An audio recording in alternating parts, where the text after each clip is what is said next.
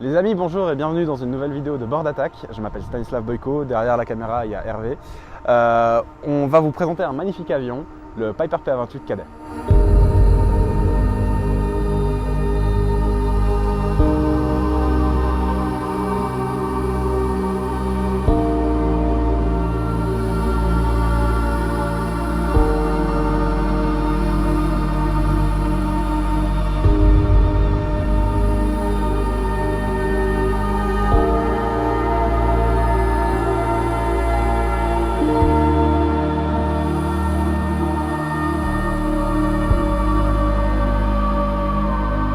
Donc c'est un avion qui prend ses débuts dans les années, je dirais, 60 pour prendre le relais d'un autre avion qui est le Piper PA24 Comanche, qui était beaucoup trop coûteux à la fabrication parce que toutes les pièces étaient très complexes à produire, tout était métallique et un ingénieur de chez Piper a décidé du coup de sortir un nouveau modèle qui était le Piper PA28 Cherokee. Le PA28 Cherokee, il avait un moteur de 140 chevaux, pouvait prendre 3 personnes à bord, même si à l'arrière tu avais 4 places. Ça restait un avion très modeste, mais qui offrait quand même certaines caractéristiques de vol très intéressantes. De ce fait, il a eu plusieurs évolutions, notamment certaines versions avec un moteur plus puissant, une hélice à pas variable qui agit un peu, pour ceux qui ne connaissent pas, comme une boîte à vitesse sur les voitures.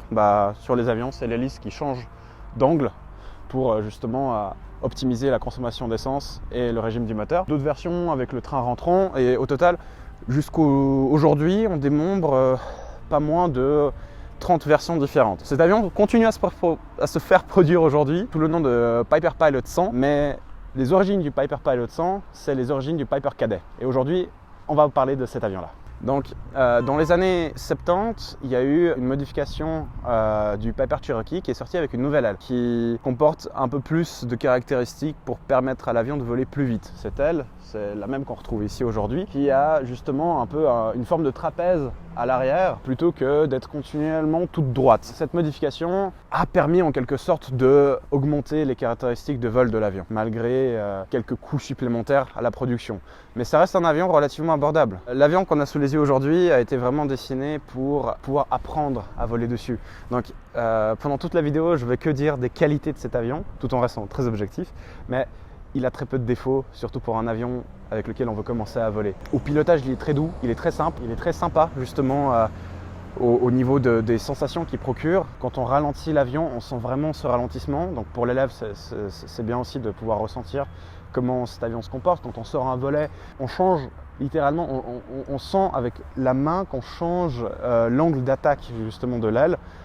Et donc la force de portance aussi de l'aile. Donc c'est vraiment une excellente base pour apprendre à voler dessus et du coup Piper a vraiment misé sur cet avion de 1 pour en faire une version avec laquelle on peut apprendre à voler et de 2 une version un peu plus évoluée avec laquelle on peut voyager, faire des petits trajets en famille ou avec des amis.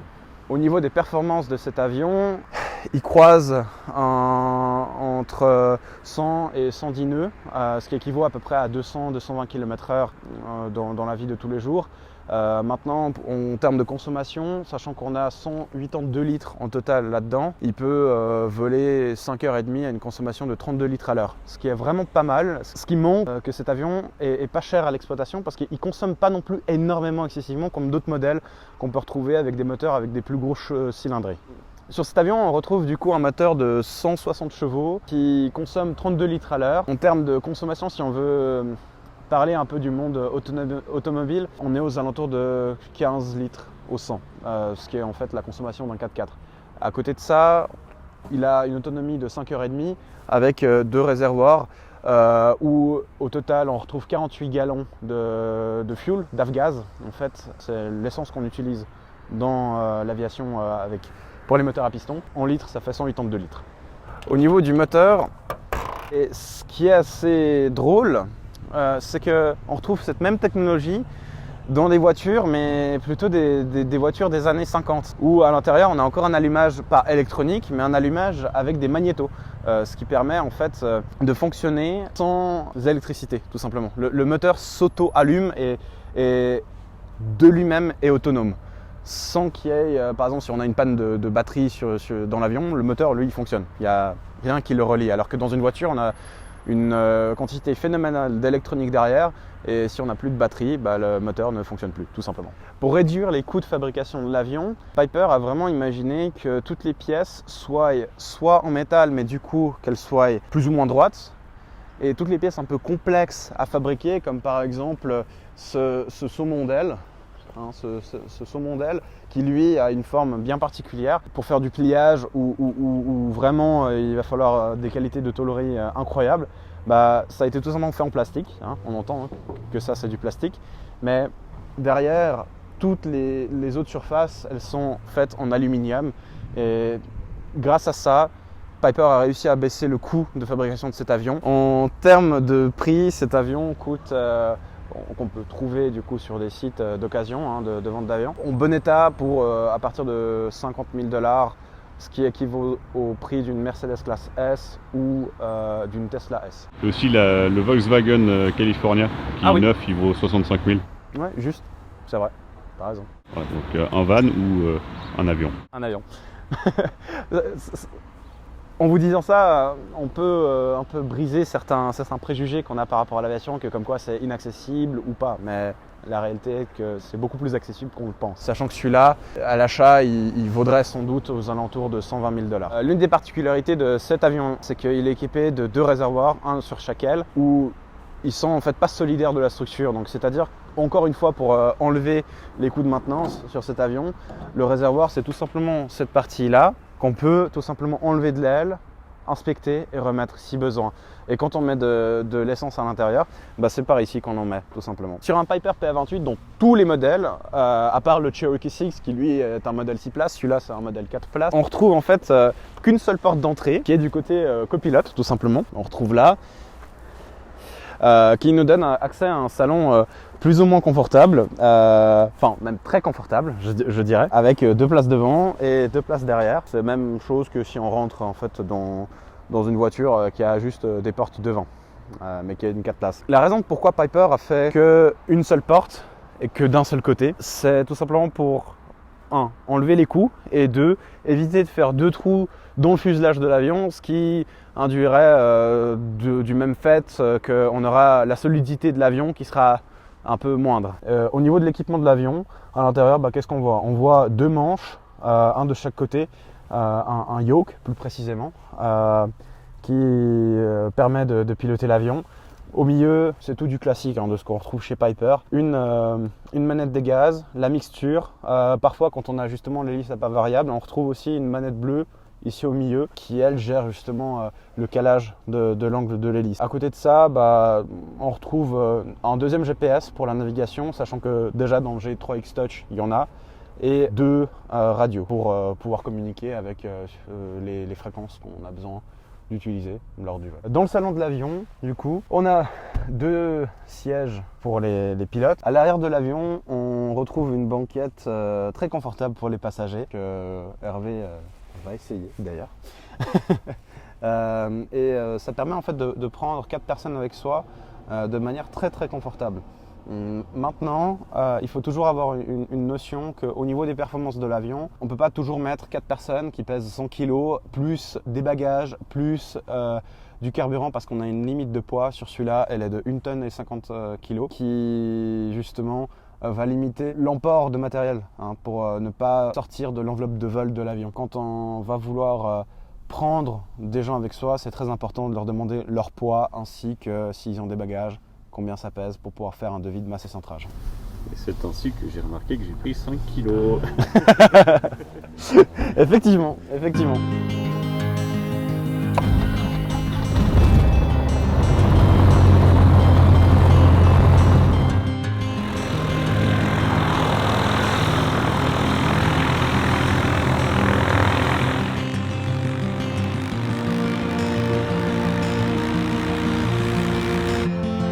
Déjà au sol, quand on le manie, cet avion, il est vraiment très simple avec le palonnier qu'on a. C'est vraiment une communication directe avec la roue, il n'y a pas de ressort à tenir ou quoi que ce soit, donc c'est très très smooth. Hotel Bravo, Oscar Juliet, takeoff, only 18. Pull bar. Brake released. Airspeed is alive, continue. 2300 RPM and more, rising.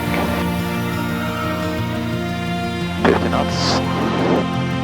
55 rotates. Ça turbule un peu aujourd'hui. Et quand on était plus haut, ça va bien. Coucher de soleil est magnifique. Ouais.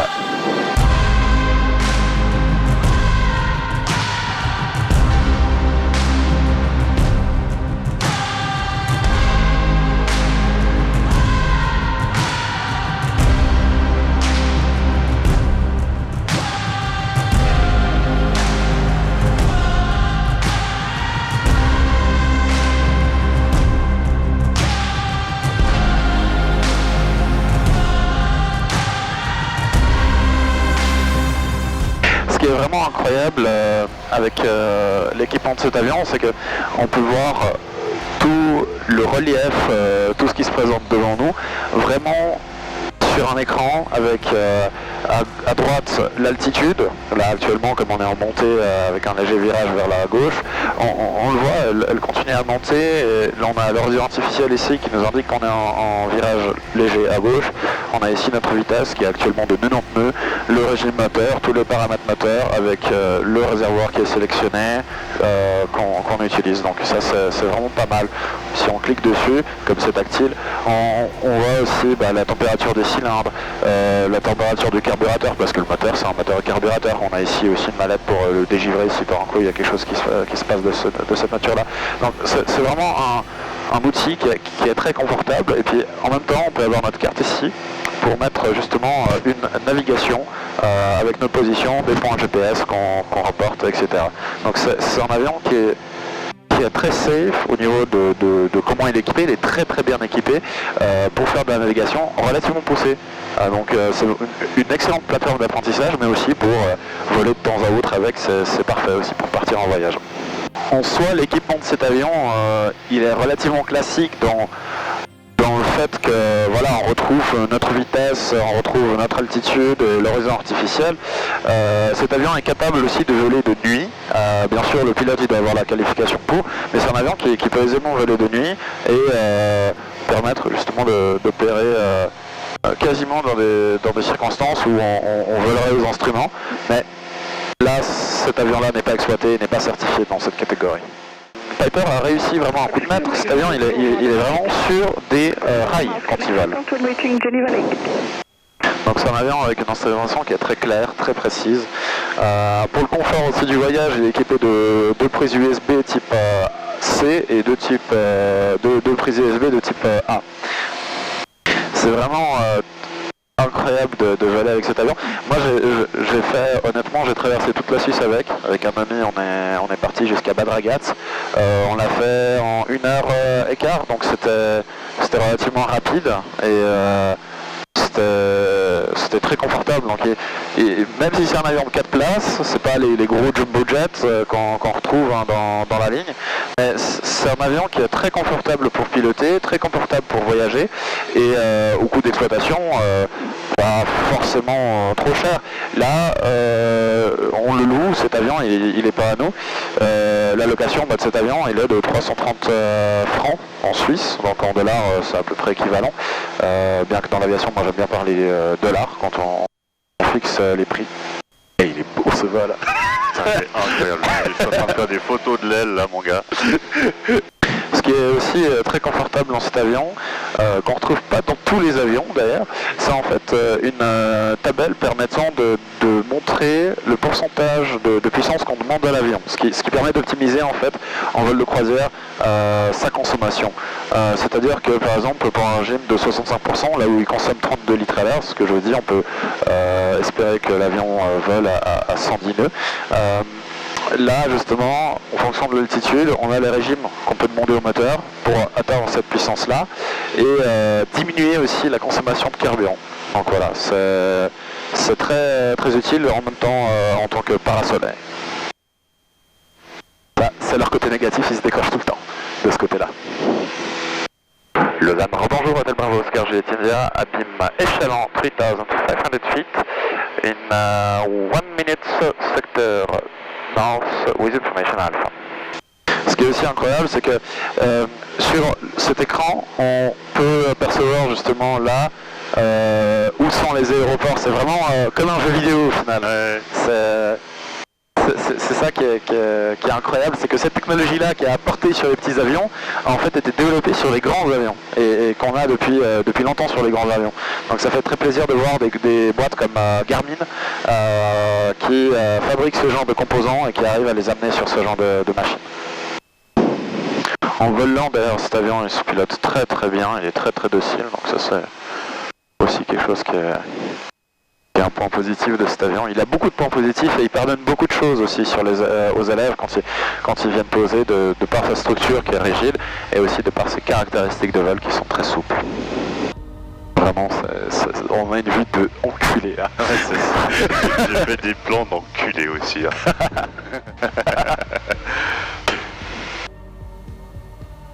Hotel Bravo Oscar Juliet India, long final 18. Final check, flaps full. 500. Airspeed checked, altitude checked. Il nous annonce carrément les altitudes, c'est ça qui est incroyable aussi. On se trouve à 500 pieds au-dessus de la piste.